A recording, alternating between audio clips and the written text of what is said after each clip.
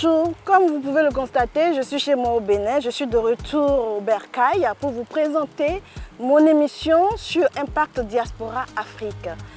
Le Bénin, c'est un petit pays connu à travers le monde pour son originalité. Aujourd'hui, j'ai le plaisir de rencontrer un grand pâtissier qui a exercé auprès des grands chefs pâtissiers en France. Il s'appelle Hermès Agboton. Je vais à sa rencontre dans ce grand hôtel qui s'appelle Golden Tulip, qui est reconnu pour son cadre assez confortable et pour son service au top. Nous allons aller à sa rencontre et on espère que ça va vous plaire. Chers amis, à travers le monde, je vous invite à venir visiter mon pays, le Bénin. Vous verrez, vous serez bien accueillis et vous allez pouvoir déguster la gastronomie béninoise et aussi visiter les temples et puis tout ce qui est en lien avec notre culture. Merci, à tout de suite.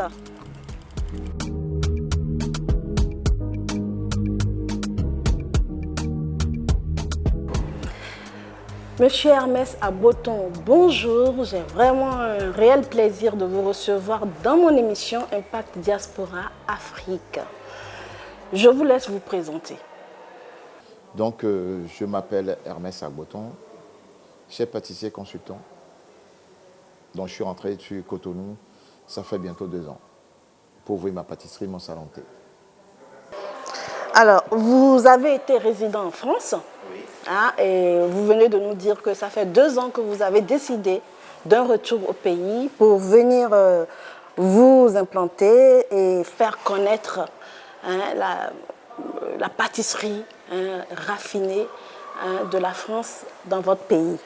Alors, moi, la question que je veux vous poser, qu'est-ce qui vous a motivé à tout laisser tomber en France, sachant qu'aujourd'hui, vous avez quand même votre famille, vous avez été formé là-bas chez les grands pâtissiers. Quelle a été votre motivation, M. Agboton? Je pense que la base, si je dois le dire, la base, je pense que c'est l'amour du pays d'abord. C'est l'amour du pays. Et puis, je me suis aperçu que des chefs comme moi en France, en Europe, ce n'est pas ça qui manque. Mais mon pays, mon continent, en a plus besoin que ma carrière, que tout ce que j'ai pu accomplir en Europe. Donc, c'est à partir de là que j'ai dit, bon, pourquoi pas ne pas rentrer? Ça n'a pas été facile, la décision. Parce que j'étais dans un environnement quand même, j'avais tout en Europe. J'avais tout, rien ne me manquait. Mais il fallait oser. Et j'ai pris le risque. Et vous avez pris le risque, ça a quand même demandé une préparation en amont. Tout à fait. Ah là, le temps de préparation, je l'ai fait. Oui. J'ai pris du temps. C'est-à-dire que j'ai pris quoi, 4-5 ans. Je rentrais régulièrement. J'intervenais beaucoup sur les gros événements. Et histoire quand même pour m'habituer, pour me réadapter. Parce que je suis parti il y a longtemps. Donc, j'avais plus de repères. Donc, il a fallu quand même se préparer. Et pendant des années, préparer le terrain. Et au final, Covid aussi a joué dans ma prise de décision. Alors, je vais vous poser une question. C'est la question que beaucoup se posent sans trop pouvoir en parler. C'est que la pâtisserie au Bénin, nous savons bien que l'Africain en particulier, le Béninois lambda, n'est pas très porté sur ce qu'on appelle la pâtisserie. Ce n'est pas la personne qui va se lever le matin pour aller chez le pâtissier pour s'acheter son petit déjeuner. Il préfère acheter le haricot et tout ça. Alors, est-ce que vous, aujourd'hui, vous pensez que cette décision de venir investir dans ce domaine n'est pas risquée? Oui et non. C'est risqué dans la mesure où la base, c'est quoi? Ce n'est pas notre culture. Si ce n'est pas notre culture, donc on ne peut pas dire que... non, il y a un début à tout. Donc je pense que le fait que ça ne soit pas notre culture, c'est plus difficile. Ou bien vous allez toucher le public qui a l'habitude comment on appelle ça, de voyager. Et après, petit à petit, on va les éduquer. Et quand je dis éduquer, ça veut dire ça en son sens. C'est-à-dire que de temps en temps, le Béninois dont vous parlez peut apprendre à changer ses habitudes et aller dans le bon sens. Et c'est ce qui est en train de se faire. C'est ce qui est en train de se faire. Et ça n'empêche pas qu'on laisse tomber notre culture. Voilà. On peut conjuguer les deux. Si un jour j'ai envie de manger notre bouillie le matin ou notre petit beignet aujourd'hui et que la semaine prochaine ou dans la semaine on a envie de changer un peu, on va changer. On peut venir chez Hermès comme l'après-midi, voilà, ainsi de suite.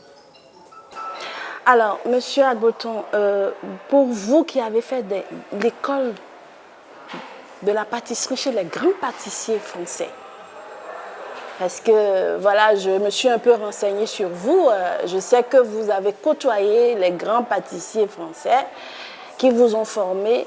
Est-ce que ce retour vraiment ne vous a pas valu des sacrifices énormes? Parce que c'est pas évident quand même d'obtenir des diplômes comme ça et de venir tenter l'aventure au Bénin, sachant que bon, il y a quand même des risques financiers et autres. Qu'est-ce que vous voulez nous dire dans ce sens? Dans ce sens, c'est que il faut apprendre à être patient. Moi, pour ma part, c'est la patience. Il faut aller petit à petit. Essayer d'être au niveau. Parce que tout le monde, du jour au lendemain, bon, il vient de l'Europe. C'est quoi la pâtisserie de luxe? C'est quoi la pâtisserie fine? Donc les gens ne comprennent pas trop. Et après aussi, ici chez nous, on n'a pas un centre de formation ou une école de formation digne de ce nom. On a des écoles hôtelières. Après, c'est sans plus. Donc, on est en train de travailler dans ce registre, dans ce domaine, pour que l'État nous accompagne, l'État nous aide à arriver à un certain niveau. Donc, le début, c'est normal. C'est pour ça que je parle de patience. Il faut être patient pour que les choses se mettent en place. Et qui va le faire? Il faut des gens qui portent le projet. Et qui dit projet, dans ce sens, il faut aussi des professionnels capables de porter ce projet pour pouvoir donner le meilleur d'eux-mêmes, pour que nos frères et sœurs, le peuple béninois, puissent profiter de nos savoir-faire, de cette compétence ou de ce savoir qu'on a appris à l'étranger, ce savoir-faire, et pour que nous, à notre tour, avec un peu d'aide de l'État, qui s'investit beaucoup actuellement. Justement, j'en viens à cette problématique d'aide de l'État. Moi, je suis rentrée au Bénin, j'ai vu un Bénin métamorphosé dans la forme. Dans le fond, j'en sais pas trop, mais est-ce que aujourd'hui, quelles sont les difficultés auxquelles vous êtes confrontés sur le plan administratif pour mettre en place une structure, enfin une entreprise de cette envergure? Vous avez dû rencontrer des difficultés pour vous installer, parce que j'ai beaucoup de personnes qui ont tenté l'aventure et qui ont déchanté, qui sont retournées en France, qui nous ont dit que ce n'est pas évident, et surtout aujourd'hui, avec la flambée des prix et les taxes à ne pas en finir. Est-ce que vous vous retrouvez dans votre organisation? Je me retrouve, oui, parce que ce n'est pas facile, j'avoue. Ce n'est pas facile. Mais c'est de trouver le juste milieu. C'est ça le plus important. Le juste milieu. Tu ne viens pas pour dire que tout sera facile. C'est faux. Si tu te dis dans la tête que c'est une question de psychologique. Si tu arrives pour dire que ah bon, je viens de l'Europe, ça va être facile. Non, c'est faux. La façon dont tu es arrivé, tu repartiras de la même façon. Donc, c'est une question de patience. Préparer le terrain au niveau administratif. L'État fait beaucoup d'efforts. Vous savez qu'on ne peut pas, du jour au lendemain, construire un pays au bout de 5 ans, 10 ans.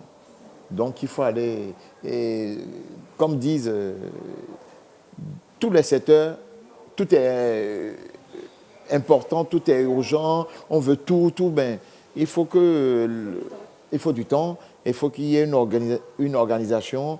Est-ce que dans ce secteur d'activité, pourquoi pas ce secteur, pourquoi pas l'autre. Donc, c'est une question de temps. Donc, moi, je comprends dans ce sens que l'État puisse dire que, bon, on va faire cette année le commerce, l'année prochaine, on va commencer ça, dans 3 ans, dans 4 ans. Donc, je pense qu'il y a une organisation autour que l'État est en train de mettre en place. Moi, je le vois parce qu'aujourd'hui, il y a une volonté politique. Je le vois parce que là, il y a une nouvelle formation, la formation Arche, dont j'en parle brièvement parce qu'au départ, tout le monde connaissait ce projet de formation, mais le volet formation, on ne connaît pas et ça nous concerne. Il y a eu 15 métiers qui ont été recensés sur le territoire et il y a eu du travail qui a été fait. Et 15 métiers, pourquoi je dis 15 métiers, 15 ou 18 métiers je crois, c'est les besoins ressentis sur le territoire. Donc la volonté politique, le ministre de tutelle, le président de la République a dit que formez-moi les nationaux. On ne va pas, à chaque fois quand on a besoin du personnel, on doit aller dans la sous-région, on doit aller à tel endroit pour aller chercher du personnel. Avec tous les projets qui vont se mettre en place, et il faut qu'on forme les nationaux pour qu'on ait de la main-d'œuvre. Donc ça, déjà, c'est une volonté politique. J'en parle parce que tout le monde ne le sait pas. Et des fois, les gens ont l'habitude de juger sans savoir. Donc, avant de juger, allez voir ce qui se passe et après on va parler. Et prenez des renseignements. Donc l'État essaye de mettre à disposition des outils pour impulser. Donc il faut être dans le système aussi, il faut comprendre. Ne restez pas en dehors pour dire que non, rien ne se passe. C'est faux. Et ça ne veut pas dire qu'aujourd'hui, on nous éduque. Si tu veux vraiment gagner ton argent, tu veux gagner ta vie, lève-toi, va travailler. C'est pas facile pour nous tous. On ne peut pas faire une omelette sans casser les œufs. Rien n'est facile. Tout ce que tu as facilement, tu le perdras facilement. Moi, ça, c'est ma démarche. J'ai été impressionnée par le monument de la Dame guerrière et de celui de Bioguera. Et bon, est-ce que cela aussi contribue à une certaine forme d'attraction? Est-ce que ça ramène du monde sur le plan touristique? Est-ce que vous avez constaté un changement depuis l'implantation de ces 2 grands monuments qui nous accueillent en arrivant à Cotonou? Oui, parce que c'est notre histoire. C'est notre histoire et puis j'avoue qu'avec le tourisme qui est un élément important, qui est l'âme fatale du gouvernement, je pense que ça ne peut que impacter le tourisme. Et puis, qui dit tourisme dit, comment on appelle ça, la culture. Qui dit tourisme, sans la culture, on ne peut pas parler du tourisme. Donc, je pense que ça aura son impact. Mais pour l'instant, on est comme... on n'est pas encore... On met les choses en place. Le tourisme, je pense que c'est le mot idéal, c'est l'âme fatale du gouvernement. C'est-à-dire que le tourisme fait développer un pays. S'il n'y a pas de tourisme dans un pays, rien ne se passe. Et je pense que c'est ce que le gouvernement a compris. Donc, il met un accent sur le tourisme et ils mettent les moyens et ça va aider notre population. Nous pouvons passer des heures à parler des défis sociopolitiques au Bénin. Est-ce qu'aujourd'hui, ce challenge que vous avez relevé, est-ce que vous pouvez dire que c'est une réussite? Est-ce que si c'est à refaire, vous le referez? Si aujourd'hui vous devez reprendre cette décision, est-ce que vous prendrez bien cette décision de revenir au pays, vous implanter? Je le ferai sans hésiter. Parce que quand tu prends une décision de rentrer chez toi, tu vois aussi cette volonté politique. Tout est lié. Et à partir de là, moi, j'ai cru à ce gouvernement, j'ai cru au président de la République. Et pour une fois, je pourrais le dire, c'est qu'on a un président qui a une vision pour son pays. Ça, c'est hyper important en Afrique.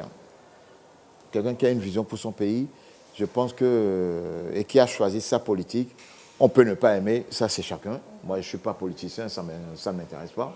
Je dis ce que je vois. Et voilà, moi, je suis pâtissier, je suis un prestataire. Donc, dans mon domaine, je sais ce que ça m'apporte.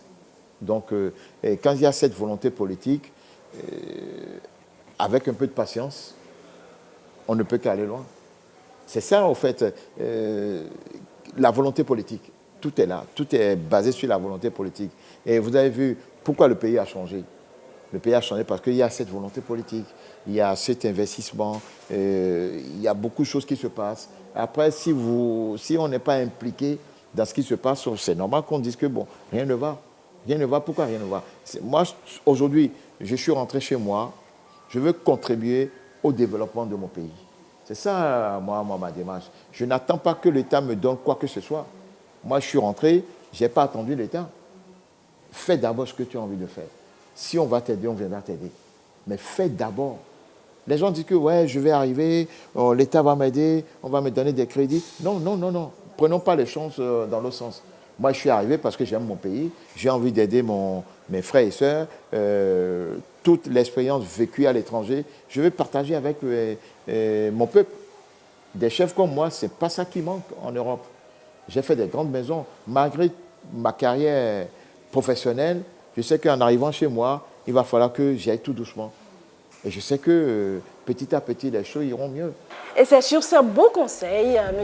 Hermès Agboton, que nous allons mettre fin à cette émission, que je vous remercie très sincèrement d'avoir de nous avoir prêté votre image et puis de nous avoir partagé votre expérience.